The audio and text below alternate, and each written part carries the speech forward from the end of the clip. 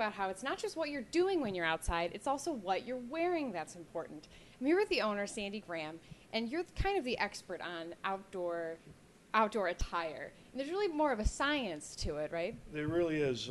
We look at clothing as equipment, and you should be able to smile in the face of adversity no matter what the weather does. No matter what the weather's doing. No matter what the weather's doing.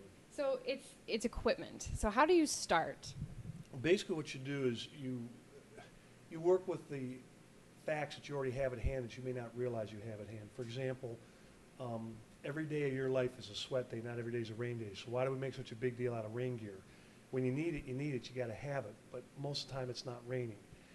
Getting wet from the inside out, the vapor or sweat off of you is the biggest problem. Your long johns weren't to keep you warm, they were to keep you dry. The secondary benefit was warmth. Wow, so it's like something you have to deal with all the time anyway. Yeah, in theory it should be if you want to be able to be out there and no matter what happens, still be able to smile. Great. So we've got a lot of stuff here. These are more for these are for your top of your body. And is there a progression to this? Can you kind of walk me through it? Yeah, you're walking from we break it into 3 layers. Your skin layer, your middle layer, and your outer layer. Your skin layer is to protect you from yourself, sweat, okay, moisture management, and that's what the long johns are for, okay? Your middle layers, if you're doing ice fishing, you need lots of middle layers. If you're running, you might not need any middle layers. So the first layer and the last layer protect you from the outside in and the inside out, and you wear whatever you got to in the middle to stay warm.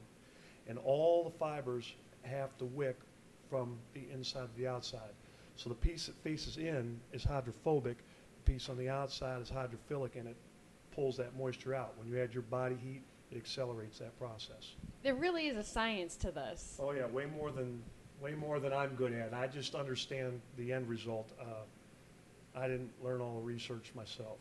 What about the materials that these are made out of? You know, they're very sleek, they're pretty light, but yet they are maximum in warmth. So it's pretty amazing. Yeah, warmth is thickness, especially if you're stagnant. If you're moving, you're generating tons of heat. What you got to do is keep the wind from sucking the life out of you. And things that we know every day that we seem to forget or realize what kind of a value to put on it. For example, 30 degrees freezing rain feels much, much colder than 10 degrees Colorado with powder snow because of the humidity difference and probably the sun as well. And conversely, 105 is really hot, but when it's in Arizona with 5% humidity, 90 degrees, 90% humidity in Michigan feels way hotter because of the moisture. Temperatures transfer, whether it's hot or cold, 30 times faster wet than dry.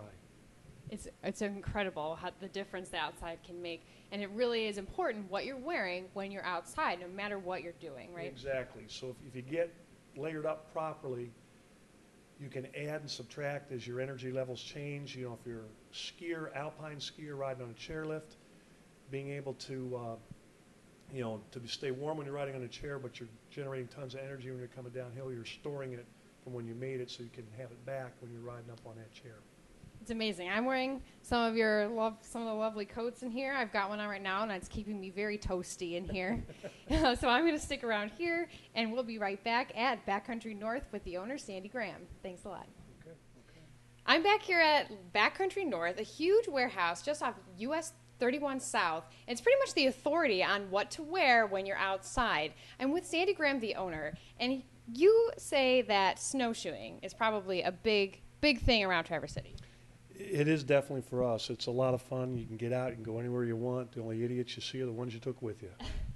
So we've got a couple here. What's the most important thing you need to know when you're picking snowshoes or when you've got them on and you want to make sure you're going to be good to go and safe? That the bindings are easy to operate and it'll adapt and take the shape of whatever shoe you put on it.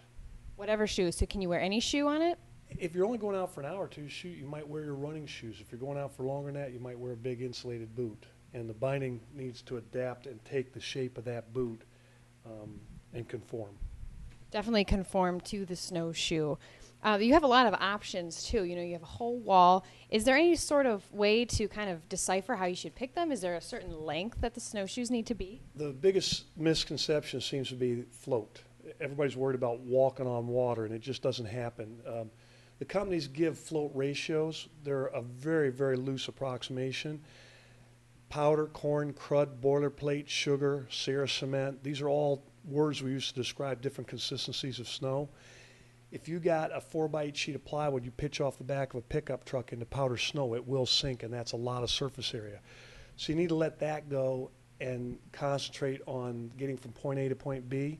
And if you sink, it's all fluff anyways. You're shuffling through air. It doesn't matter.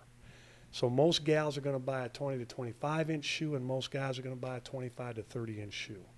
So it kind of goes by just guy or girl, size of foot in general. Yeah, and don't worry. If you go real long, you've given away all your maneuverability, and you have not acquired glide. And that's where the division between snowshoes and skis come in.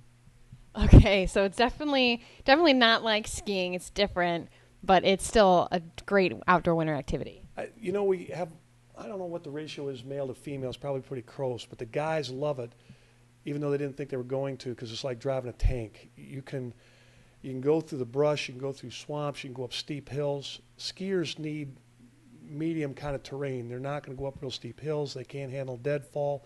They can't handle swamps. They can't handle too many trees. With a snowshoe, you just don't care.